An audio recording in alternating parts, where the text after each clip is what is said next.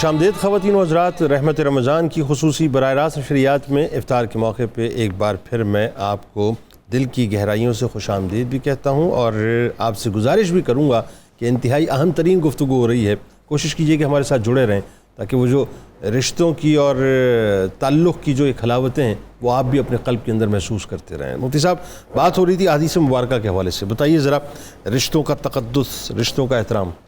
صحیح بخاری کتاب التعبیر میں ایک حدیث ہے، حضرت سیدہ آمنہ حضور کی والدہ ماجدہ کی 2 رضائی بہنیں تھیں، ایک حضرت ام حرام اور ایک ام سلیم جو حضرت انس بن مالک کی والدہ ہے۔ ٹھیک۔ حضور اکثر ان کے ہاں تشریف لے جاتے۔ ٹھیک۔ ام حرام تو اکثر حضور سے ڈیمانڈ کرتی تھی آئیے آئیے آئیے، اور جب بھی حضور جاتے تو یہ بہترین کھانا تیار کرتی، واہ، اور حضور ان کے ہاں کھانا تناول فرماتے ہیں۔ اللہ، بلکہ یہ پھر چونکہ حضور کی خالہ ہیں، خالہ ماں کی طرح ہوتی ہے، تو یہ حضور کے بال مبارک میں کنگھی بھی کیا کرتی۔ اللہ اکبر، اللہ۔ ایک مرتبہ حضور نے وہاں کھانا کھایا تو آپ وہیں آرام فرمانے لگے، تو کچھ دیر بعد آپ کی چشم مازاغ کھلی اور آپ کے چہرے پر مسکراہٹ تھی۔ تو ام حرام نے عرض کی، حضور آپ مسکراتے ہوئے اٹھے ہیں، کیا بات ہے؟ آپ نے فرمایا کہ میری امت کا ایک لشکر سمندر کی پشت پر بادشاہوں کی طرح تخت پر بیٹھ کر جہاد کرنے جائے گا۔ انہوں نے عرض کی، حضور آپ دعا فرمائیں اللہ مجھے بھی شامل کر لے۔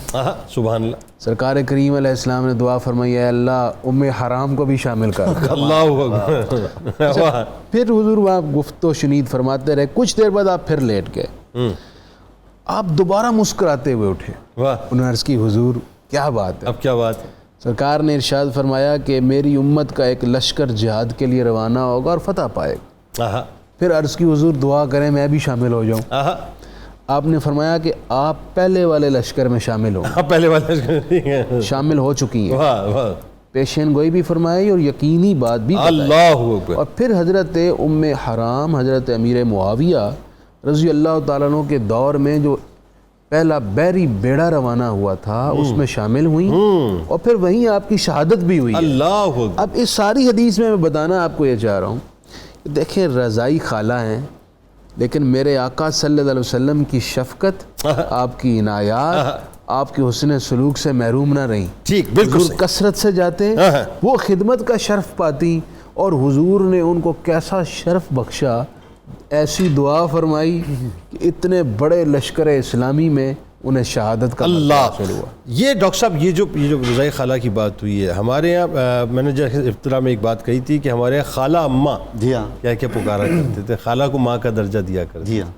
بڑا ناپید نہیں ہو گیا؟ یہ بھی رسول اللہ صلی اللہ علیہ وسلم کی حدیث سے ہی ہے۔ آپ صلی اللہ علیہ وسلم نے خالہ کو والدہ کے قائم مقام قرار دیا۔ جی جی جی۔ ایک صحابی حاضر ہوئے اور انہوں نے عرض کی کہ یا رسول اللہ مجھ سے بہت گناہ سرزد ہو گیا۔ یہ بھی دیکھیے کیسی کمال کی بات ہے، یعنی گناہوں کی مغفرت والدین یا والدین کے قریبی ترین رشتوں کی خدمت میں اللہ نے رکھی ہے، یا بارگاہ رسالت میں پہنچ جائیں، وہ توسل پکڑیں، اللہ سے توبہ کریں تو توبہ قبول قربت ہو جاتی ہے اس کی قبولیت میں۔ تو رسول اللہ نے فرمایا کہ والدین ہیں، انہوں نے عرض کیا نہیں ہیں، خالہ ہیں، جی ہیں، آپ نے فرمایا ان کی خدمت کریں۔ یعنی ان خالہ کی خدمت میں مغفرت کے قبول ہو جانے کے امکانات رسول اللہ صلی اللہ علیہ وسلم کے فرمان کے مطابق موجود۔ دوسرا جو خالہ کی عظمت کا مسئلہ ہے، آپ دیکھیے کہ رسول اللہ کے محبوب ترین شخصیات میں کیسے خوش قسمت لوگ ہیں جو رسول اللہ کے محبوب ہیں، حضرت امیر حمزہ۔ اللہ اکبر۔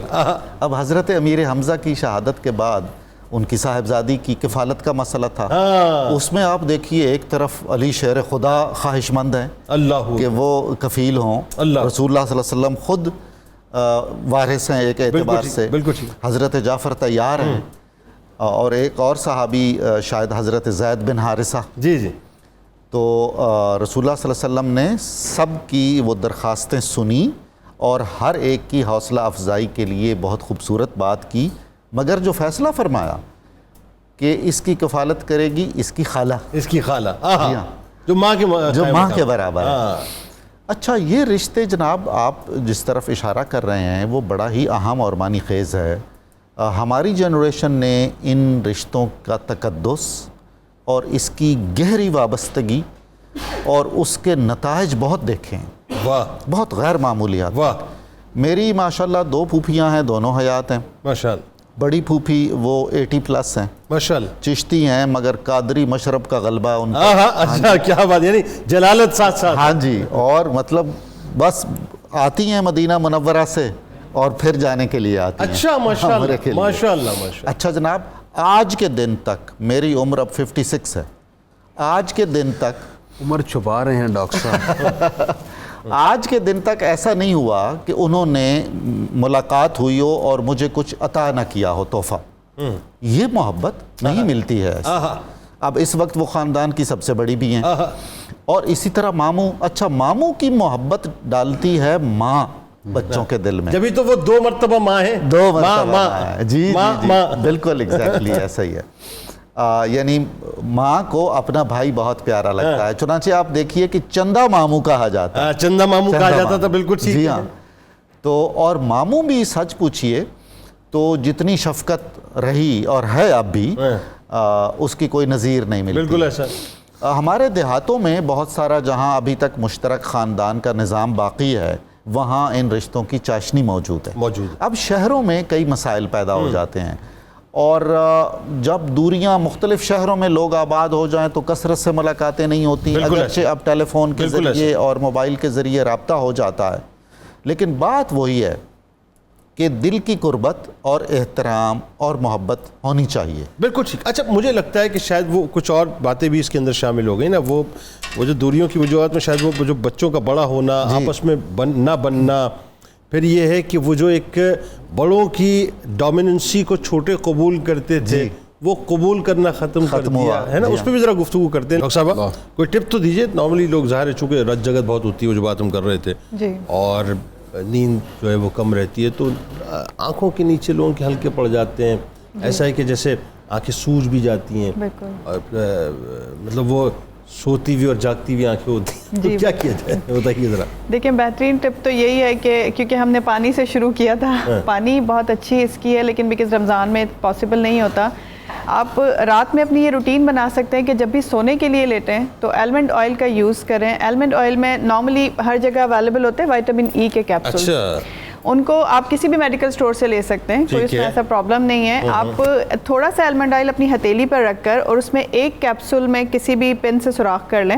آپ اس میں وہ مکس کریں اور ایسے باہر والی آؤٹ ورڈ ڈائریکشن میں آپ اپنے حلقوں پہ اپلائی کریں. اس سے آپ کے آنکھوں کی سوجن بھی کم ہوتی ہے اور ڈارک سرکلز میں بھی کافی فرق. یہ اپنی روٹین میں اگر آپ بنا لیں گے تو 2-3 مہینوں میں جو بہت زیادہ ڈارک سرکلز ہیں ان پر فرق پڑ جاتا ہے. اچھا. دوسرے نمبر پہ آپ یہ کر سکتے ہیں کہ کھیرا کیوکمبر ہر جگہ آلموسٹ ہر کچن میں اویلیبل ہوتا ہے. وہ بڑا سپورٹ جی, وہ اگر آپ اپنی آنکھوں پہ اس کے جو پیسز سلائسز کاٹ کے اگر اپنی آنکھوں پہ رکھیں تو اس سے بہت زیادہ اچھا فرق پڑتا ہے آنکھوں کی سوجن میں, جن کو سویلنگ رہتی ہے سوتی جاگتی آنکھوں کی, اور دوسرا آپ کے ڈارک سرکلز میں. اسی طریقے سے آلو کے قتلے اگر سلائسز وہ بھی آپ اپنی آنکھوں پہ رکھیں تو اس سے بھی ڈارک سرکلز میں بہت اچھا فرق پڑتا ہے.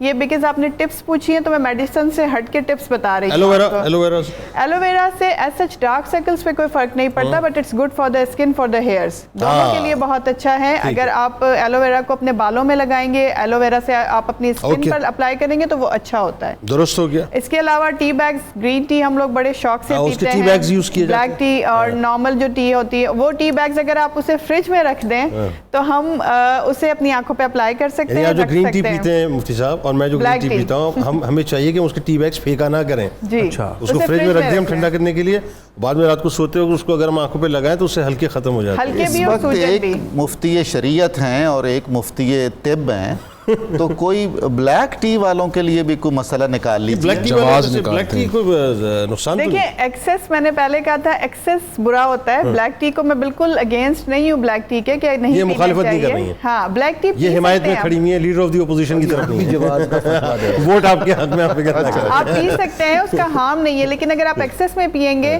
تو اس میں ایک فیکٹر ہوتا ہے ٹینن جسے ہم کہتے ہیں, وہ ڈائجیشن کے لیے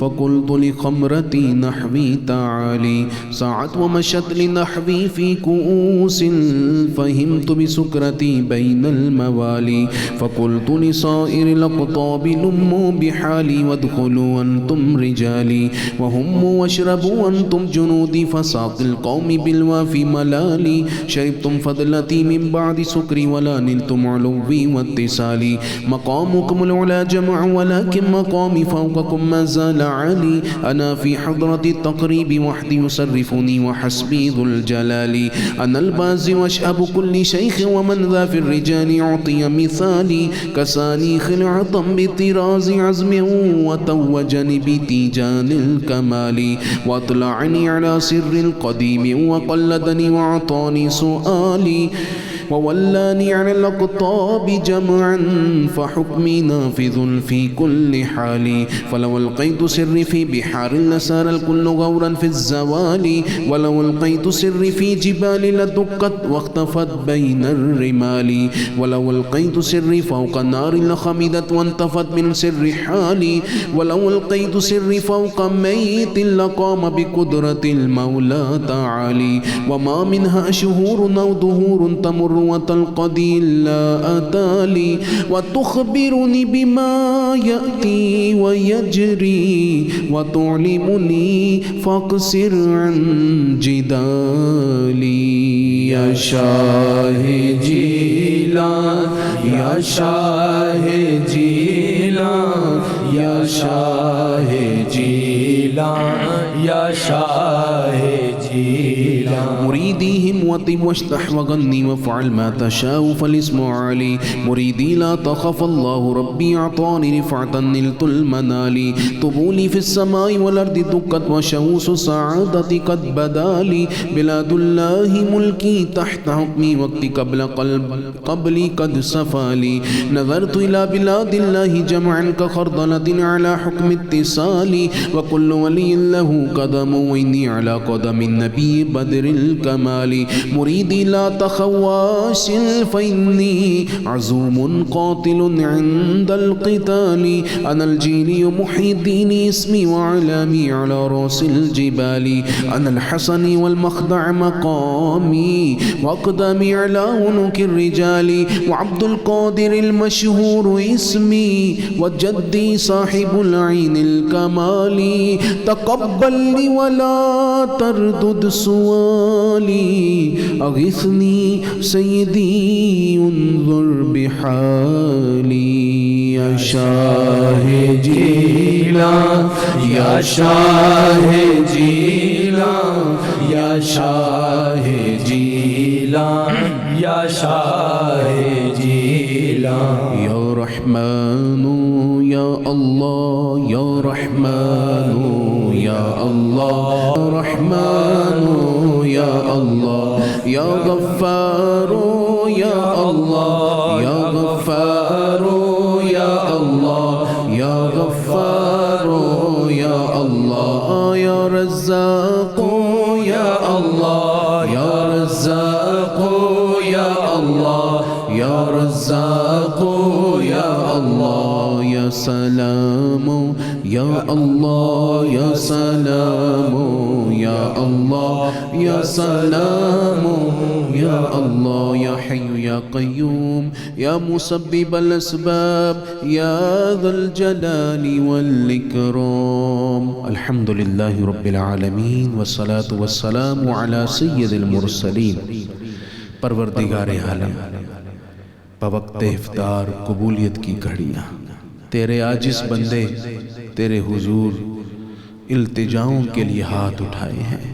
اے اللہ ہماری، ہمارے ماں باپ کی، ہمارے بہن بھائیوں کی، بیوی بچوں کی، رشتہ داروں کی اور امت مسلمہ کی بخشش فرما. خصوصاً ہمارے ناظرین اور ان کی فیملیز میں جو بیمار ہیں سب کو شفا دے دے. ہمارے سید نعمان شاہ صاحب، ہمارے حاجی یوسف صاحب جن کا آج کڈنی کا آپریشن تھا، انہیں بھی شفا عطا فرما. میرے اللہ ہمارے ناظرین میں جو تنگ دست ہے، فقر و فاقہ کی صورتحال ہے، ان کے دسترخوان میں برکت دے. غیب سے رزق کے راستے کشادہ کر دے. اے اللہ ان کو بھی برسر روزگار کر. میرے اللہ ہمارے دکانداروں کو حلال رزق دے، ان کو محنت کا رزق دے. ہمارے بے روزگاروں کو بھی حلال رزق دے. اے اللہ پاک ہمارے ملک کو توانا، مستحکم اور سلامتی عطا کر دے. ہمارے افواج پاکستان کے جو مجاہد سرحدوں کی حفاظت کرتے ہوئے آج تک شہید ہوئے، ان کے درجے بلند فرما. ہماری سیکیورٹی فورسز کے تمام شہداء کے درجے بلند فرما. اے اللہ خصوصی طور پر ہمارے ملک کو موجودہ کرائسس سے نکال دے، ہمارے ملک کی عزت اور وقار میں اضافہ کر دے. اے اللہ ہمارے ملک کے لیے برکتوں کے خزانے کھول دے. اے اللہ اس وقت جتنے حاضرین ناظرین ہمارے ساتھ دعاؤں میں ہیں، ان سب کی تمام مرادیں، التجائیں، دعائیں قبول فرما.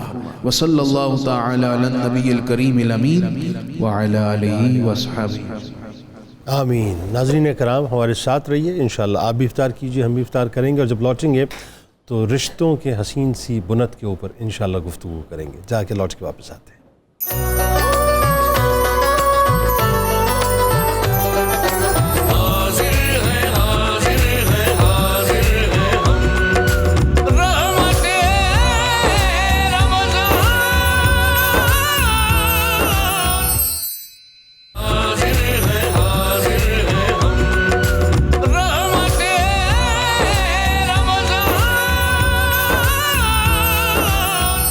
خوش آمدید خواتین و حضرات. ہمارے ساتھ اس وقت موجود ہیں ملک ممتاز عالم دین، میرے دل کے بہت قریب محترم جناب مفتی فاروق القادری صاحب، اور تشریف فرمائے میرے دائیں جانب ملک ممتاز اسکالر جناب ڈاکٹر طاہر حمید تنولی صاحب. دونوں آپ کو السلام علیکم اور خوش آمدید. بات یہ ہے صاحب کہ یہ جو رشتوں پہ ہم گفتگو کر رہے ہیں ناظرین، رشتوں کی مثال ایکچولی اس مالا کی طرح ہے.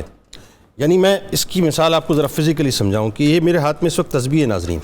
اس تسبیح کے اندر دانے پروئے ہوئے ہیں، تو اس تسبیح کا وزن اور اس کی اہمیت کچھ اور ہے. اس پہ آپ اللہ کا نام پڑھ سکتے ہیں اور اس کی اہمیت کو آپ سمجھ سکتے ہیں، لیکن جس وقت یہ تسبیح خدا نخواستہ ٹوٹ جائے ناظرین، اس کی اہمیت ختم ہو جاتی ہے، کیونکہ دانے بکھر کے رہ جاتے ہیں. رشتوں کا معاملہ بھی کچھ اس طرح کا ہے ناظرین. یہ رشتے جب تک ایک مالا کے اندر پروئے ہوئے ہیں، جسے آپ خاندان کی مالا کہتے ہیں، جس کے اندر جس کو آپ محبت کی مالا کہتے ہیں، جس کو آپ الفت کی مالا کہتے ہیں، جس کو آپ عقیدت کی مالا کہتے ہیں، جس کو آپ ایک دوسرے کو تسلیم کرنے کی مالا کہتے ہیں، جس کو آپ ایک دوسرے کا احترام کرنے کی مالا کہتے ہیں، جس کو آپ بڑوں کو بڑا سمجھنے اور چھوٹوں کو چھوٹا ماننے کی مالا کہتے ہیں، جس کو آپ ایک دوسرے کے احترام کے اندر زندگی کے پہیے کو آگے بڑھانے کی مالا کہتے ہیں ناظرین. یہ مالا جب تک بنی رہتی ہے تو رشتے قائم رہتے ہیں، خاندان قائم رہتا ہے، گھرانہ قائم رہتا ہے. لیکن ناظرین خدا نخواستہ جس وقت یہ تمام تر باتیں کسی نہ کسی طور سے ٹوٹنے کے قریب آ جاتی ہیں، ٹوٹ جاتی ہیں، تو اس کے بعد سب کچھ تباہ و برباد ہو کے رہ جاتا ہے، انسان کے ہاتھ میں کچھ بھی نہیں رہتا. اور یہ اس وقت ہوتا ہے ناظرین جب ہمارے اندر کا انسان اس بات پر آ جاتا ہے کہ اب میں نے تعلق برقرار نہیں رکھنا، اب میں نے اپنے بڑوں کو بڑا نہیں ماننا اور چھوٹوں کو چھوٹا نہیں ماننا. اللہ تبارک و تعالیٰ نے جو حسین سے رشتے ہمیں عطا کیے ہیں، جس میں ماں باپ کے رشتے بھی ہیں، جس میں بہن بھائیوں کے رشتے بھی ہیں، جس میں میاں بیوی کے رشتے بھی ہیں، جس میں بچوں کے رشتے بھی ہیں، پھر چچا کا رشتہ ہے، تایا کا رشتہ ہے، پھپھا پھپھی کا رشتہ ہے، خالو خالہ کا رشتہ ہے، ماما مامی کا رشتہ ہے. یہ تمام رشتے ناظرین اتنے حسین ہیں کہ اللہ تبارک و تعالیٰ نے ان حسین جھرمٹوں کے اندر ہمیں رکھا ہے. اور جو اپنا وقار چاہتا ہے، جو اپنی توقیر چاہتا ہے، اسے چاہیے کہ رشتوں کی ان جھرمٹ کے اندر ہر وقت بسا رہے، اپنے آپ کو سما کے رکھے. سرکار علیہ السلام نے فرمایا کہ قطع رحمی کرنے والا کوئی شخص جنت میں داخل نہ ہوگا. یہ بڑا ہی کیٹیگوریکل فرمان ہے. دوسری بات ناظرین آپ کو بتلاؤں کہ ایک مرتبہ حضرت ابو ہریرہ رضی اللہ تعالیٰ عنہ ایک حدیث بیان کر رہے تھے، تو اس دوران آپ نے فرمایا کہ ہر قاطع رحم یعنی جو بھی رشتہ داری توڑنے والا ہے ہماری محفل سے اٹھ جائے. ایک نوجوان اٹھ کر اپنی پھوپھی کے یہاں گئے، اور ہوا یہ ناظرین کہ کئی سال پرانا ان کے درمیان ایک جھگڑا تھا. بہرحال وہ گئے، وہاں پہ جا کے بیٹھے، دونوں نے ایک دوسرے کو راضی کیا. تو پھپھو نے یہ فرمایا کہ اب جا کے ذرا حضرت ابو ہریرہ رضی اللہ تعالیٰ عنہ سے یہ دریافت کرو کہ ان کے اعلان کی حکمت کیا تھی. وہ فوراً پلٹ کر آئے اور پوچھا کہ اے حضرت ابو ہریرہ رضی اللہ تعالیٰ عنہ، ذرا یہ تو بتائیے کہ یہ جو آپ نے فرمان جاری کیا اس کے پیچھے حکمت کیا تھی؟ اب آپ نے فرمایا کہ میں نے سرکار علیہ السلام سے یہ سنا ہے، میں نے سرکار علیہ السلام سے یہ سنا ہے کہ جس قوم میں قاطع رحم یعنی رشتہ داری توڑنے والا ہو، اس قوم پر اللہ کی رحمت کا نزول نہیں ہوتا. بس میرا خیال ہے ناظرین بات ہمیں سمجھ آ جانی چاہیے کہ جب سرکار نے فرما دیا تو وہ حق بھی اور سچ بھی ہے. رحم کو اٹھا لیا جاتا ہے اور جنت کا داخلہ بند کر دیا جاتا ہے ان لوگوں پہ جو اپنے رشتہ داروں سے قطع تعلق کر لیا کرتے ہیں. لہٰذا اگر کوئی رشتہ دار ناراض ہے تو جا کر ان کو منائیے جا کر، اس لیے منائیے کہ ہمیں سرکار علیہ السلام کی شفاعت کل بروز محشر چاہیے. آغاز کرتے ہیں. تلولی صاحب سب سے پہلے یہ بتائیے، ظاہر گفتگو ہم افطار سے پہلے اس موضوع پہ کر رہے تھے اور خاصے ہم نے رشتوں پر انڈیویجولی گفتگو کی ہے، لیکن میں مطلقاً ایک بات یہ سمجھنا چاہ رہا ہوں کہ رشتوں کی جو آج ہمیں نظر آتا ہے کہ اس میں رشتوں کی شہد کے اندر ایک دوری کی کھٹاس پیدا ہو گئی ہے، ایک دوری کا سرکہ پیدا ہو گیا ہے، جس نے وہ جو حلاوت تھی یا جو ایک شیرنی تھی اس شہد کی، اس کو جو ہے وہ ترش کر دیا. کیا وجہ، کیوں دوریاں پیدا ہو رہی ہیں؟ جنید صاحب بہت شکریہ جی. بہت ہی اہم ٹاپک ہے آج کے موضوع کے حوالے سے جو ہم بات کر رہے ہیں. سوسائٹی کو بہتر کرنے کے لیے، معاشرے کو ایک صحت مند اور ایک مثالی معاشرہ بنانے کے لیے یہ بڑا بنیادی تقاضا ہے کہ رشتہ داروں کا کردار کیا ہے، ان کے آپس میں روابط، ان کا تعلق، اس کی اہمیت کیا ہے، اس کو اجاگر کیا جائے. کیوں یہ اہمیت کم ہو رہی ہے جنید صاحب؟ جب ہم اس کو دیکھتے ہیں تو اس میں سب سے بڑا سبب جو ہے بنیادی طور پہ وہ مادیت کا غلبہ ہے. چونکہ مادیت جب غالب آ جاتی ہے سوسائٹی کے اوپر یا سوسائٹی کے کچھ افراد کے اوپر، تو اس کا نتیجہ یہ نکلتا ہے کہ اس شخص کے پیش نظر اس کے اپنے مقاصد، اپنے اہداف اور اپنے مفادات ہی ہوتے ہیں. وہ اپنے دائیں بائیں مستحقین، رشتہ دار ہوں، غیر رشتہ دار ہوں، عام افراد ہوں، ان کی طرف اس کی کوئی توجہ نہیں رہتی. ان کو وہ نظر انداز کرتا چلا جاتا ہے. نتیجہ یہ نکلتا ہے کہ زندگی میں جو رشتہ داروں کو اہمیت دینی چاہیے وہ اہمیت اس کی نگاہوں میں رہتی نہیں ہے. نتیجہ کیا نکلتا ہے کہ وہ سوسائٹی سے آئسولیٹ ہونے لگتا ہے، رشتہ داروں سے الگ ہونے لگتا ہے. اب کیوں آپ سے نے ارشاد فرمایا کہ آپ رشتوں کو بحال رکھو کہ اس سے جو آپ کے وسائل ہیں اس میں ایک طرح کی شیئرنگ آتی ہے. جو کمزور ہیں ان کو بھی اپلفٹ ہونے کا موقع ملتا ہے. بالکل صحیح. وہ بھی اپلفٹ ہوتے ہیں کیونکہ قدرت کی تقسیم ایسی ہے کہ سب جگہ سب کچھ نہیں ہے. اللہ نے کہیں کچھ رکھا ہے، کہیں کچھ رکھا ہے. بالکل ٹھیک ہے. کسی کو کوئی وصف دیا ہے، کسی کو کوئی کمال دیا ہے، کسی کو کسی عطا سے نوازا ہے. جب سارے ملتے ہیں ایک دوسرے کے ساتھ، صلہ رحمی کرتے ہیں، تو وہ ساری عطائیں ایک شیئرنگ کے پروسیس میں آ جاتی ہیں. بالکل ٹھیک ہے. اور سوسائٹی کا ہر فرد اس سے مستفید ہو رہا ہوتا ہے. کوئی ایک کے ٹیلنٹ سے مستفید ہوتا ہے، کوئی دوسرے کے ٹیلنٹ سے مستفید ہوتا ہے. بالکل ٹھیک ہے. اور معاشرہ جو ہے وہ ایک تعمیر کے راستے پہ چلتا ہے. بالکل صحیح. بالکل صحیح. جب ہم اس چیز کو نظر انداز کرتے ہیں، اس کا نتیجہ کیا نکلتا ہے کہ جو اگنور ہوا وہ مزید اگنور ہوتا چلا جاتا ہے. بالکل ٹھیک. اور معاشرے کے اندر ایک بہت بڑی تفاوت پیدا ہو جاتی ہے. ایسے ہی ایک طبقاتی گیپ پیدا ہو جاتا ہے. اور ایسے معاشرے بیمار معاشرے ہوتے ہیں، پھر وہاں جرائم پیدا ہوتے ہیں، مایوسیاں پیدا ہوتی ہیں، منفی سوچیں پیدا ہوتی ہیں، اچھا اس کے ساتھ پھر منفی بیماریاں پیدا ہوتی ہیں، حسد پیدا ہوتا ہے۔ بالکل صحیح۔ اب یہ سارے مسائل کیوں پیدا ہوتے ہیں؟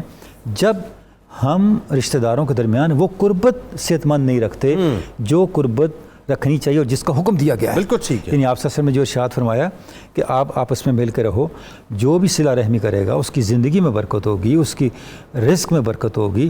اس کا سبب کیا ہے؟ اس کا سبب یہ ہے کہ اس سے آپ کا جو انٹریکشن ہے سوسائٹی کے ساتھ وہ صحت مندانہ ہو جاتا ہے۔ اچھا صلہ رحمی پہ تو آتے ہیں ڈاکٹر صاحب، لیکن اس سے قبل یہ بتائیے جن وجوہات پہ ہم بات کر رہے ہیں، یعنی ایک بڑی ایک عام سی بات ہے، عام سا فینومینا ہے، کوئی بھی شخص ہے وہ جب اس کا جب تعارف ہوتا ہے تو جب خاندان کا تعارف آتا ہے تو لوگ پوچھتے ہیں کہ یہ لوگ کتنا آپس میں مل جل کے رہتے ہیں، یعنی یہ بنیادی طور پر اس کی شخصیت کے اچھے ہونے اور برے ہونے کی دلیل ہوتی ہے۔ بلا شبہ ایسا ہی ہے۔ تو جب آپ جب آئسولیشن میں چلے جاتے ہیں، آپ اپنے رشتوں کو چھوڑ دیتے ہیں، تو دوسرے لفظوں میں اس کا امپیکٹ اگر معاشرتی اعتبار سے آپ اپنی آئیڈینٹی کو چھوڑ رہے ہوتے ہیں، آپ اپنے پس منظر کو چھوڑ رہے ہوتے ہیں، آپ اپنی پہچان کو، اپنے چہرے کو چھوڑ رہے ہوتے ہیں۔ جو آپ کا خاندان ہوتا ہے وہ آپ کا پس منظر ہے، بالکل آپ کی بنیاد ہے، سوسائٹی میں آپ کی پہچان ہے، آپ کی ایک آئیڈینٹی ہے، آپ کا تعارف ہے۔ تو جتنا زیادہ آپ رشتوں سے دور ہوتے ہیں آپ اپنے آپ کو تنہائی کی طرف لے کے جا رہے ہوتے ہیں، آپ بے چہرہ ہوتے چلے جاتے ہیں سوسائٹی کے اندر۔ تو اس کا مطلب یہ ہوا کہ ہمیں اس کو فوکس کرنا چاہیے، اور جو خاندان کے اندر رشتے ہیں، تعلقات ہیں، ان کو بہتر کرنا چاہیے، اور اپنے وسائل کو خاندان کے اور رشتہ داروں کے جو دوسرے رشتہ دار ہیں ان تک کھولنا چاہیے۔ ٹھیک، یہ وہ منہج ہے، یہ وہ راستہ ہے جس کے ذریعے سے قربتیں بڑھتی ہیں، تعلقات مضبوط ہوتے ہیں، اور دیر پا تعلقات قائم ہوتے ہیں۔ یعنی اگر آپ اس طرف نہ آئیں تو کیا ہے، ایک نرگسیت کا شکار سوسائٹی بن جائے گی، ہر شخص اپنے ہی جو ہے بسم اللہ کے بیدار گنبد میں قید رہے گا، دائیں بائیں کیا ہو رہا ہے اس کو کوئی پتہ نہیں چلے گا۔ بالکل ٹھیک ہے۔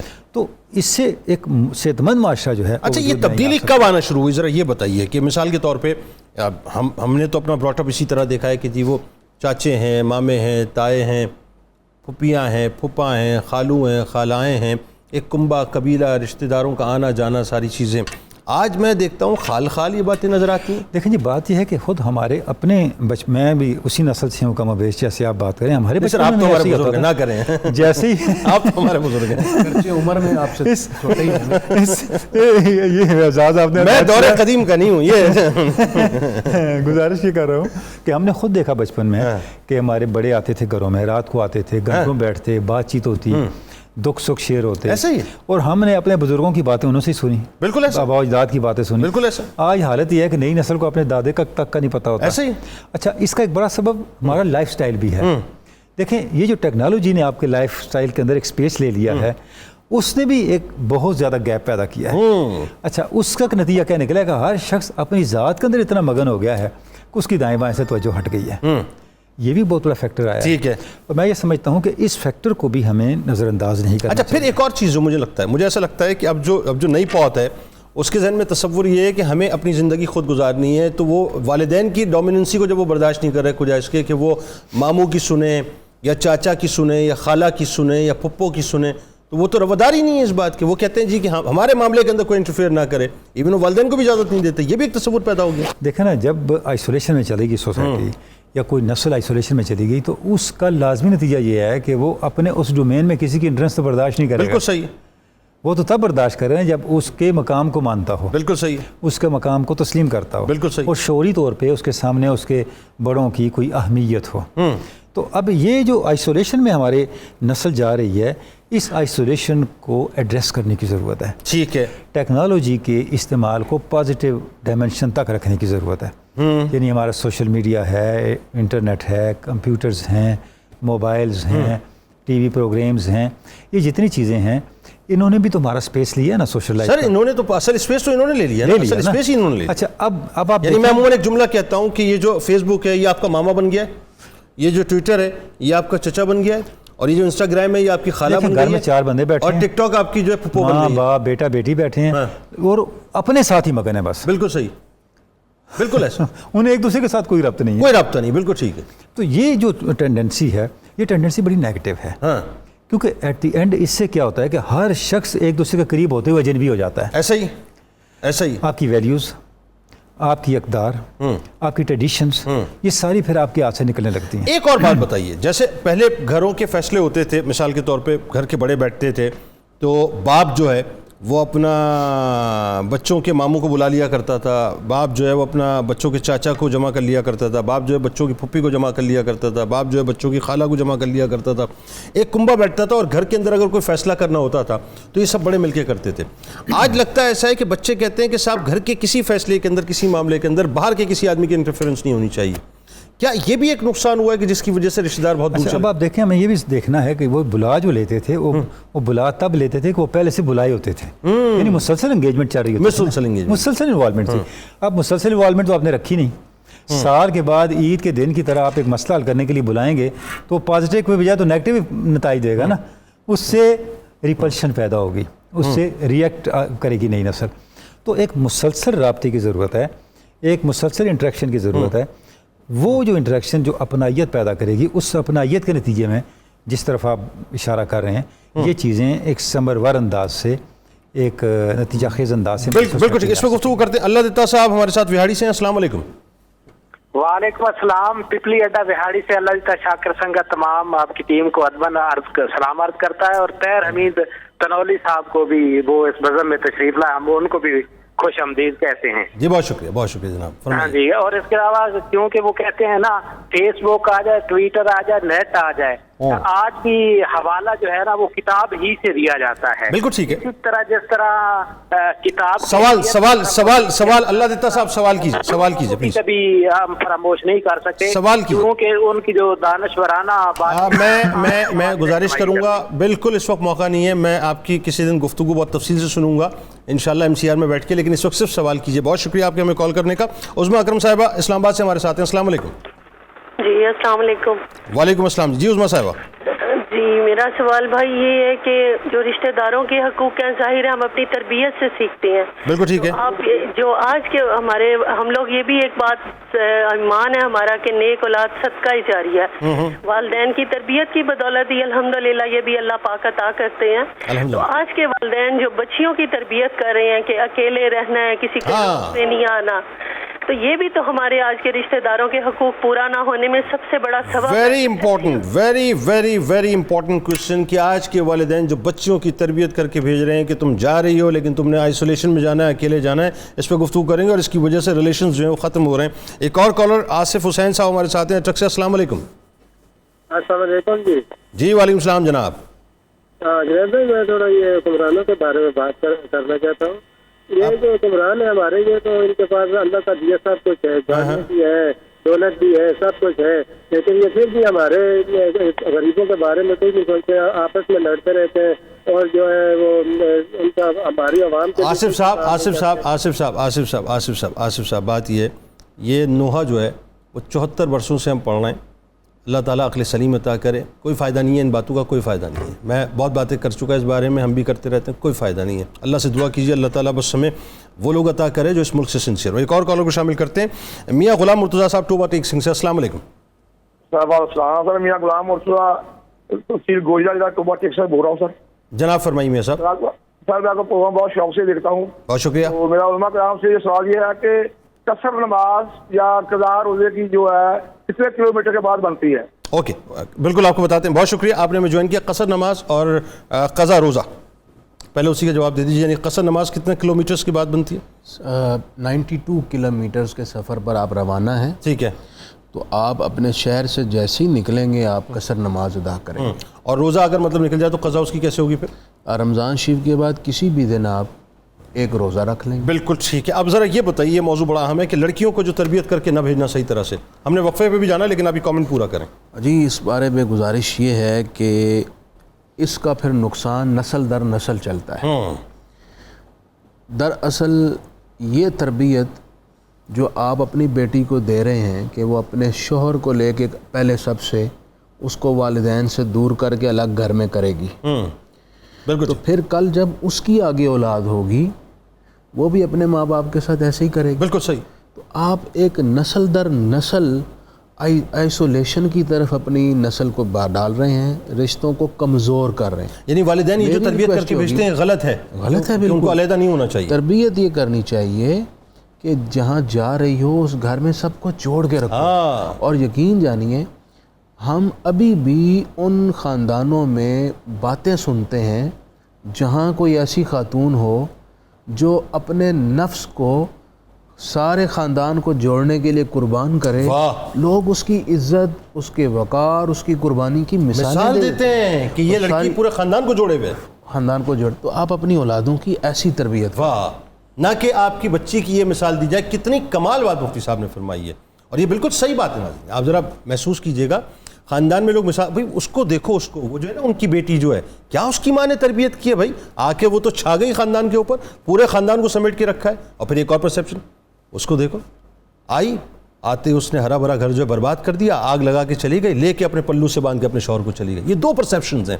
اب آپ نے کس کو چوز کرنا ہے, اس کو کرنا ہے یا اس کو؟ فیصلہ آپ کیجئے. جا کے لوٹ کے پھر انشاءاللہ رشتہ داری پہ مزید گفتگو کرتے ہیں.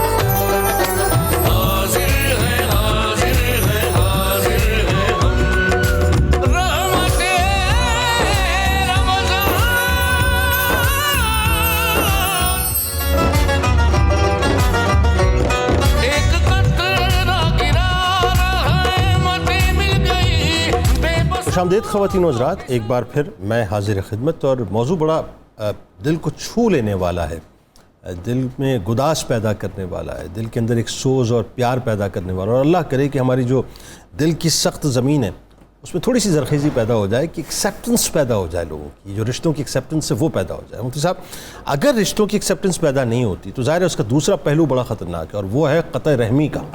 اور اس میں انسان کی دل کی زمین اتنی سخت ترین ہو جاتی ہے کہ پھر وہ اس بات کا احساس ہی اس کو نہیں رہتا کہ میں نے کس کس سے اپنا تعلق توڑ دیا. تو ذرا وعیدہ بتائیے اس بارے میں. جنید بھائی, قطع رحمی یعنی رشتہ توڑنے کی طرف تو ان ادیان کے لوگ جائیں جن کے ہاں اس حوالے سے کوئی دینی اور شرعی اور خدائی رہنمائی موجود نہ ہو. افسوس اور صد افسوس یہ ہے, ہمارے دین میں اس حوالے سے بھرپور رہنمائی موجود ہے. واہ.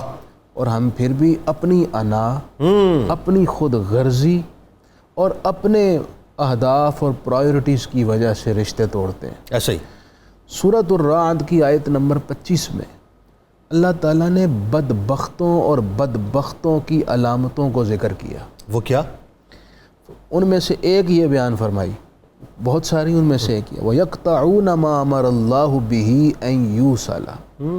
یہ وہ لوگ ہیں جو اللہ کے قائم کیے ہوئے رشتوں کو توڑتے ہیں. اے ہائے, بندہ یہی سوچ لے کہ اللہ اس بات پر غضب فرما رہا ہے, ناراضگی کا اظہار کر رہا ہے کہ رشتہ میں نے بنایا ہے, ٹھیک ہے, اور تمہاری اتنی جسارت تم میرے بنائے ہوئے رشتے کو توڑ رہے ہو. اللہ بتائیے, اگر ایک حکم عدالت عالیہ جاری کرے اور کوئی شہری اس کو پامال کر دے, کنٹیمپٹ آف کورٹ, اس پر توہین عدالت کا کیس دائر کر کے اس کو سزا دی جاتی ہے. بالکل صحیح. تو بندہ کیوں نہیں سوچتا کہ سب سے کائنات کا بڑا بادشاہ جو رشتہ بنایا ہے اس کو تم توڑ رہے, یعنی دنیا کی سب سے بڑی. اور پھر یہ بھی فرمایا فیصلہ, وَيَقْطَعُونَ مَا أَمَرَ اللَّهُ, اللہ نے حکم دیا تھا کہ اس کو جوڑنا, جوڑو, اور تم نے اللہ کے حکم کو توڑ دیا. ہائے ہائے ہائے. نبی کریم صلی اللہ علیہ وآلہ وسلم نے ارشاد فرمایا ہے کہ یوں تو آخرت میں گناہوں کی سزا ملے گی, لیکن دو گناہ ایسے ہیں ان کی سزا بندے کو دنیا میں مل کر رہے گی. وہ کیا؟ ان میں سے پہلا فرمایا بغاوت. اچھا, اسلامی نظام سے بغاوت, مملکت اسلامیہ سے بغاوت, اسلامی دین سے بغاوت. ایک تو یہ, وہ تو سمجھ آ رہی ہے, اور دوسرا فرمایا وہ سزا تو مل رہی ہے, قطع رحمی. وہ سزا تو مل رہی ہے جو پہلی آپ بتا رہے ہیں, پہلی بھی مل رہی ہے, دوسری بھی مل رہی ہے. قطع رحمی, قطع رحمی کی سزا دنیا میں ملتی ہے, انڈیویجول ملتی ہے. اب بندہ سمجھے نہ سمجھے, بندے کی مرضی ہے. کبھی بیماری آ گئی, کبھی آسمان سے پٹخا زمین پر گر گیا جو کل تک جس دولت پر, جس شہرت پر, جس بنیاد پر اسے اپنے رشتہ داروں پر ایک فوقیت اور برتری حاصل تھی، وہ ساری بنیادیں ہی ختم ہو گئیں. نہ جانے آنے والے وقت میں وہ کس مصیبت میں مبتلا ہو گیا. یہ ساری کی ساری نحوستیں اور یہ سزائیں ہیں اس جرم کی جو رشتے توڑ کر اس نے کیا ہے. بالکل ٹھیک ہے. اجازت دیں میں کالرز کو لے لوں، پھر تنولی صاحب کے بعد آپ کے پاس آتا ہوں. میں ایک کالر ہے ہمارے ساتھ، نادیہ بی بی صاحبہ جہلم سے. السلام علیکم. السلام علیکم. جی وعلیکم السلام. ڈاکٹر صاحب سے سوال کرنا تھا کہ ٹی بی کی پیشنٹ ہوں میں، تو رمضان کے روزے شریف نہیں رکھ رہی. نہیں کس کی؟ ٹی بی کی پیشنٹ. ٹھیک ہے جی، تو روزے نہیں رکھ رہی، تو آیا مجھے اب یہ 30 روزے بعد میں رکھنے ہوں گے یا فطرانہ دینا ہوگا؟ آپ کو بتاتے ہیں. بالکل بتاتے ہیں. بہت شکریہ. اکرم ہاشمی صاحب بصیر پور سے ہمارے ساتھ ہیں. السلام علیکم. السلام علیکم جی. وعلیکم السلام جناب. کیا حال ہے سر؟ خیریت ہے؟ بڑی خوشی ہوتی ہے، آپ بڑا اچھا پروگرام کرتے ہیں، بڑا معلوماتی ہے. جی بھائی بہت شکریہ. کیا سوال کرنا چاہتے ہیں اکرم صاحب؟ میرا سوال یہ ہے کہ آج کے دور میں رشتہ داری بڑی نبھانے کی لوگ کوشش تو کرتے ہیں، مگر ساری زندگی ایک رشتہ غریب رشتہ دار ہے، اس کا پتہ ہی نہیں کرتے وہ کس حال میں رہ رہے ہیں، اچھے حالات ہیں برے حالات ہیں. جب وہ بندہ اللہ معاف کرے فوت ہو جاتا ہے، پھر وہی رشتہ دار سب سے پہلے اس کے پاس آ بھی جاتے ہیں. ہمارے گاؤں میں خاص طور پہ، شہروں میں شاید یہ نہ ہوتا ہو، مگر وہ کہتے ہیں جی روٹی ہم نے دینی ہے، جی ہم نے اس کو جی ایسے کرنا ہے، ثواب کی نیت سے. صحیح. ہاں یہ کیا طریقہ؟ یہ کفن بھی ہماری طرف سے لے لو، قبر بھی ہم کرا دیں گے، غسل کا انتظام بھی ہم کروا دیں گے. اللہ تعالیٰ مردے کی مغفرت فرمائے. جب وہ جی رہا تھا تو اسے جینے نہیں دے رہے تھے، یعنی اس کی جینے کے لیے اس کا ساتھ نہیں بن رہے تھے، اور مرنے اس قبر میں اتارنے میں اس کے ساتھ ہیں کہ جی قبر میں جلدی اتر جائے ہماری طرف سے. یہ اس پہ تھوڑا سا ہمارے معاشرے بالکل بتاتے ہیں. بہت شکریہ. بہت اچھا سوال ہے. اور ایک کالر ہمارے ساتھ ہے محمد قیصر صاحب لاہور سے. السلام علیکم. جی وعلیکم السلام جناب. سر بہت آپ کو مبارک، بڑا ہی اچھا آپ پروگرام کرتے ہیں، جزاک اللہ. دین و دنیا کو تازہ کرنے والا پروگرام ہے آپ کا. سر پوچھنا یہ سوال میرا یہ ہے کہ کیا انجیکشن لگوانے سے روزہ ٹوٹ جاتا ہے؟ فائن، بالکل بتاتے ہیں. بہت شکریہ آپ نے ہمیں جوائن کیا. پہلے مختصراً 2 جواب دے دیجیے تاکہ میں تنولی صاحب کی طرف پھر چلاؤں. کہ اپنا ایک تو یہ کہ ٹی بی کے مریض ہیں تو خاتون جو ہے بعد میں روزہ کیسے رکھیں گے؟ اگر تو ان کے مرض کی کنڈیشن ایسی ہے، حالات چل رہے ہیں، انشاءاللہ وہ صحت یاب ہو جائیں گے. انشاءاللہ جب صحت یاب ہو جائیں گی پھر جتنے روزے چھوڑے تھے ان کی قضا کریں گی. بالکل. لیکن اگر بالفرض مرض کی کنڈیشن ایسی ہے کہ صحت کی طرف آنے کی اب امید نہیں ہے تو پھر جتنے روزے چھوٹے ہیں ان کا فدیہ ادا کریں گی، یعنی پر روزہ 170 روپے کسی غریب کو دے دیں ہر روزے کے بدلے. اوکے. یہ کر. دوسرا سوال انجیکشن کا ہے.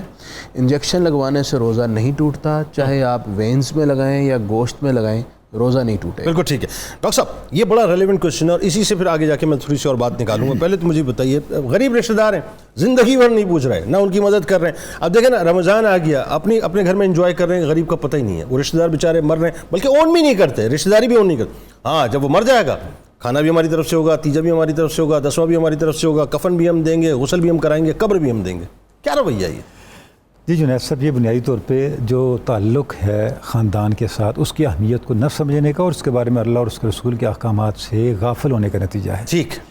قرآن شریف میں ہے کہ اے میرے رسول، اہل ایمان پوچھتے ہیں ہم کیا خرچ کریں، کہاں خرچ کریں. انہیں بتائیں اپنے والدین پہ خرچ کریں اور اپنے قریبی رشتہ داروں پہ خرچ کریں. کیا اچھی بات ہے. اب دیکھیں کہ ڈائریکٹ قرآن مجید کا حکم موجود ہے کہ آپ کے وہ رشتہ دار جو محروم المعیشت ہیں، جن کے معاشی حالات درست نہیں ہیں، آپ ان کو امداد فراہم کریں، ان کے ساتھ تعاون کریں، ان کو اپلفٹ کریں سوسائٹی کے اندر. اور اس کے بغیر، بلکہ قرآن مجید کو جنید صاحب اگر ہم دیکھیں تو ہم دیکھتے ہیں کہ اس کے بغیر کوئی نیکی ہی نہیں بنتی. بالکل ٹھیک ہے. فلقتہ ملکبہ، قرآن مجید کہتا ہے کہ یہ جتنے نیکیاں کرنے والے ہیں انہوں نے اصل نیکی کی گاڑی کو ابھی عبور نہیں کیا. فما ادراک ما العقبہ، کہ آپ کو پتہ ہے کہ وہ گاٹی کیا جسے عبور کرنا نیکی کو مکمل کرنے کے لیے ضروری ہے. فک رقبہ، اگر کوئی قید میں ہو تو اسے آزاد کروانا. فک رقبہ او اطعام فی یوم ذی مسغبہ، جب بھوک کا دن ہو تو بھوک والے دنوں میں بھوکوں کو کھانا کھلانا. تو رشتہ داروں سے شروع کہاں سے کریں؟ یتیما ذا مقربہ، آپ کے قریبی رشتہ داروں میں جو یتیم ہیں. کیسی بات، یہ قرآن کہہ رہا ہے. او مسکینا ذا متربہ، وہ مسکین جو مٹی کے ساتھ مٹی ہو گئے. اللہ، یعنی یہ دیکھیں کتنے فصیح اور بلیغ اور جامع انداز سے قرآن مجید ہمیں بتا رہا ہے. میرے رب کا. اور اللہ رب العزت نے قریبی رشتہ داروں سے لے کے معاشرے کے اندر پھیلے ہوئے جو محروم المعیشت لوگ ہیں، کمزور لوگ ہیں، سب کو یہاں پہ کور کر دیا۔ میں کل رات جب شہری کی ٹرانسمیشن میں ہی بات کر رہا تھا، میں بار بار ایک ہی بات، اور میرا بڑا فوکس ہے اس بات پہ تنولی صاحب، کہ ہمیں سب سے پہلے زکوٰۃ میں، خیرات میں، صدقات میں، واٹس ایور جو بھی ہم کام کر رہے ہیں، سب سے پہلے اپنے ریلیٹیوز کو فوکس کرنا چاہیے۔ ہم یوں دیکھتے ہیں، بھائی یوں کیوں نہیں دیکھتے جو تمہارے سامنے بیٹھا ہوا ہے؟ دیکھیں جی قرآن مجید میں بڑا واضح ہے، اب شروع کہاں سے کریں؟ والدین سے شروع کریں۔ بالکل صحیح، بالکل ٹھیک ہے، بالکل ٹھیک پھر ہے۔ اقربا سے شروع کریں۔ اچھا سر ایک بات بتائیے، اب ذرا آئے صلہ رحمی پہ۔ دیکھیں میں اس حدیث کو صرف حدیث مبارکہ نہیں کہتا، مفتی صاحب میری کریکشن کیجیے گا، میں اس کو ایک وظیفہ سمجھتا ہوں اس حدیث کو، جس میں 3 باتیں بڑی کیٹیگوریکل ہیں۔ عمر کی زیادتی چاہتے ہو، رزق میں فراوانی چاہتے ہو، بری موت سے بچنا چاہتے ہو، صلہ رحمی شروع کر دو۔ یہ وظیفہ ہے۔ سبحان اللہ۔ بتائیے ذرا کہ صلہ رحمی کیا ہے؟ دیکھیں یہ اگر آپ دیکھیں تو یہ پورا لائف پیکیج ہے، ہاں ایک لائف سٹائل ہے۔ واہ واہ واہ، جو ان 3 الفاظ میں لائف سٹائل، جو ان 3 الفاظ کے اندر آپ سے ارشاد فرمایا کہ آپ کی زندگی بہتر ہوگی جب آپ دوسروں کی زندگی کو بہتر کرنے کے لیے ایکٹیو ہوں گے۔ صلہ رحمی کا مطلب یہ ہے نا کہ آپ دوسروں کے دکھ درد کو اپنا دکھ درد سمجھیں گے، جن نعمتوں سے اللہ نے آپ کو نوازا ہے ان نعمتوں کو دوسروں تک پہنچائیں گے۔ جنید صاحب دیکھیں یہ قانون قدرت ہے، جتنا زیادہ آپ اپنے وسائل کو سوسائٹی پہ خرچ کرتے ہیں اللہ رب العزت اتنا ہی زیادہ آپ کو عطا کرتا ہے۔ واہ۔ حدیث پاک ہے کہ ایک صحابی نے بادل سے آواز سنی کہ فلاں جگہ جا کے برسو، فلاں شخص کے باغ پہ برسو، پانی برسا اور ایک مخصوص جگہ پہ برسا اور پانی بہ نکلا۔ وہ صحابی بھی ساتھ چل پڑے، بڑا زبردست بات، پانی کے ساتھ چلتے چلتے گئے، ایک خاص باغ میں پانی گیا اور پورے باغ کو سیراب کر دیا۔ اللہ، وہ بڑے حیران ہوئے، اس باغ کے اس کے اندر جو اس کا مالک تھا اس سے ملے اور کہا بھی آپ میں کیا خاص بات ہے؟ یہ میں نے آج عجیب تماشا دیکھا، عجیب منظر دیکھا، تو آپ میں کمال کیا ہے؟ آپ کیا نیکی کرتے ہو؟ اس نے کہا جی میرے اندر اور تو کوئی ایسا کمال نہیں ہے، کوئی غیر معمولی عمل نہیں کرتا، صرف ایک بات ہے کہ میرا معمول یہ ہے جب میرا باغ پھل لاتا ہے میں اس کے 3 حصے کرتا ہوں، ایک حصہ میں اسی پہ انویسٹ کرتا ہوں، ٹھیک ہے، ایک حصہ اپنے خاندان پہ خرچ کرتا ہوں، اور ایک مستحق لوگوں پہ صرف کر دیتا ہوں، اللہ کی راہ میں خرچ کر دیتا ہوں۔ اس کا مطلب کیا ہوا جنید صاحب؟ صلہ رحمی کا فلسفی کیا ہے؟ صلہ رحمی جب آپ کرتے ہیں آپ اپنے آپ کو محفوظ کر رہے ہوتے ہیں، سبحان اللہ، آپ اپنے تحفظ کا اہتمام کر رہے ہوتے ہیں۔ جب آپ دوسرے لوگوں کے غم کو بانٹتے ہیں، ان کے دکھ درد کو بانٹتے ہیں، اس کا نتیجہ کیا نکلتا ہے کہ آپ اللہ کی حفاظت کو انشور کر رہے ہوتے ہیں۔ تنولی صاحب ایک بات بتائیے نا، انسان زندگی میں کیا چاہتا ہے؟ انسان زندگی میں چاہتا ہے کہ اس کا رزق جو ہے مفتی صاحب اس میں فراوانی ہو جائے، وہ چاہتا ہے عمر دراز ہو جائے، وہ چاہتا ہے بری موت سے بچ جائے، بری موت نہ ہو، آسانی زندگی بھی اچھی ہو اور آخرت بھی اچھی ہو۔ تو صلہ رحمی میں تینوں چیزیں تو تینوں چیزیں اس کے اندر ہیں، اور اس کو چھوڑ کے تو پھر تباہی کا راستہ ہے۔ ٹھیک، اس کے بعد تو پھر کچھ نہیں بچتا باقی۔ اچھا اگر آپ کے رشتہ دار، اب جیسے آپ کی پھپھو فرض کیجئے، آپ کی خالائیں، آپ کی پھپھیاں یا آپ کے چچا یا آپ کے تایا، وہ بیچارے پریشان حال ہیں، ٹھیک ہے، اور آپ جو ہے وہ ادھر ادھر مطلب اپنے جھانکتے پھر رہے ہیں، ادھر ادھر لوگوں کی مدد کرتے پھر رہے ہیں، تو کیا ایسی نیکی قبولیت کے منازل طے کرتی ہے کہ آپ کو پتہ ہے کہ آپ ان کی مدد کر سکتے ہو اور آپ کو کرنا چاہیے، لیکن آپ ان سے صرف نظر؟ جنید صاحب بڑی سادہ بات ہے، جو میرے قریبی رشتہ دار ہیں اگر میں ان پہ نہیں خرچ کروں گا تو ان پہ کون خرچ کرے گا؟ بالکل صحیح، دور والوں کے تو کوئی اور بھی قریبی ہوں گے نا، بالکل صحیح، ایک بڑی کامن سینس کی چیز ہے، بہت صحیح۔ مطلب یہ ہے کہ آپ جو سب سے آپ کے قریب ہیں وہ آپ کی پہلی ذمہ داری ہیں، درست۔ اب وہاں سے شروع کریں گے تو آپ کی بنیاد بنے گی نا، جب آپ بنیاد کے بغیر ہی نیکی شروع کر دیں گے تو وہ نیکی کیسے میچور ہوگی؟ بالکل صحیح ہے، وہ نیکی کبھی بھی درجہ کمال تک نہیں پہنچ سکتی۔ اچھا مفتی صاحب ایک بات بتائیے، بہت سے لوگ ایسے ہیں جو رفٹ ہو گئی، نفرت ہو گئی، دشمنی ہو گئی، اور اس کے بعد ہوتا یہ صاحب کہ مطلب یہ تو آپ نے بھی ظاہر مشاہدے میں دیکھی ہوگی بات، میں نے بھی کئی کیسز ایسے دیکھے کہ ہم اس لیول پہ چلے جاتے ہیں کہ بھائیوں کی اولادیں آمنے سامنے آ کے کھڑی ہو گئیں، اس کی وجہ سے بھائی آمنے سامنے آ کے کھڑے ہو گئے، اور فرض کیجئے کہ چچا تائے وغیرہ یہ سامنے آ کے کھڑے ہو گئے، پھپھیاں خالائیں آ کے ایسے آ کے کھڑے ہو گئے کہ ایک دوسرے پہ جنازے حرام کر دیے، اس صورت میں کیا ہے؟ دیکھیں جی یہ تو صحیح بخاری کتاب الادب میں حدیث ہے، آپ صلی اللہ علیہ وآلہ وسلم نے فرمایا صلہ رحمی یہ نہیں کہ جو رشتہ دار آپ سے صلہ رحمی کر رہا ہے آپ اس سے صلہ رحمی کر رہے ہیں، یہ صلہ رحمی نہیں ہے۔ تو میں صلہ رحمی یہ ہے کہ ایک رشتہ دار آپ سے قطع رحمی کر رہا ہے اور آپ اس سے صلہ رحمی کر رہے ہیں، آپ نے بات پہ غور نہیں فرمایا۔ فرمایا صلہ رحمی یہ ہے کہ ایک رشتہ دار آپ سے قطع رحمی کر رہا ہے اور آپ اس سے صلہ رحمی کر رہے ہیں، یہ ہے صلہ رحمی۔ یعنی وہ آپ کو مثال کے طور پر گالی دے رہا ہے، رشتہ دار گالی دے رہے ہیں، رشتہ دار آپ کے پاس نہیں آ رہا، رشتہ دار آپ کو تنگ کر رہا ہے، آپ کو اذیت دے رہا ہے، آپ بدلے میں پھر بھی اس کو محبت، شفقت، حسن سلوک، رواداری اور تمام تر اخلاق کی اعلیٰ صفات سے پیش آ رہے ہیں۔ آخری بات، رشتہ دار کو آپ صلی اللہ علیہ وسلم نے فرمایا رشتہ دار کو دینے میں، چاہے آپ قرض دیں چاہے آپ امداد دیں، اللہ نے 2 گنا اجر رکھا ہے۔ وہ کیا؟ ایک اجر ہے دینے کا، ایک ہے رشتہ داری نبھانے کا۔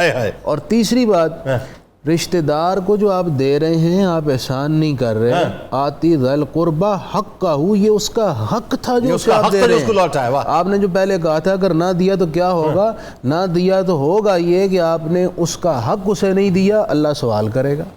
بابا اب اس کے بعد تو میرا خیال ہے کچھ کہنے سننے کو رہ نہیں جاتا۔ یہ جو اندر ایک انا کا بت ہے نا، ہر ایک کے اندر ہوتا ہے، انا کا بہت بڑا ہو جاتا ہے، اتنا بڑا ہو جاتا ہے ہم اس کو یوں دیکھ رہے ہوتے ہیں، ذرا ایک مارے ہتھوڑا اس کی ٹانگوں کے نیچے، اس کی پنڈلیوں کے اوپر، اور ایسا مارے ہتھوڑا اس کی پنڈلیوں کے اوپر کہ وہ ایک ہی وقت میں نیچے گر جائے، بس اس کو کھڑا نہ رہنے دے، وہ کھڑا رہے گا تو آپ بیٹھ جائیں گے۔ آئیے چلتے ہیں کراچی، اور حسان خورشید صاحب معروف سناغا ہمارے ساتھ ہیں، خوبصورت سا کلام سنتے ہیں۔ میری زندگی رہی انشاءاللہ ناظرین تو رات سحری کے وقت 2 بجے آپ سے ملاقات کروں گا، اس دعا، اس امید، اس یقین کے ساتھ اجازت دیں، اللہ تعالیٰ آپ کا، ہمارا، ہم سب کا حامی و ناصر، آمین۔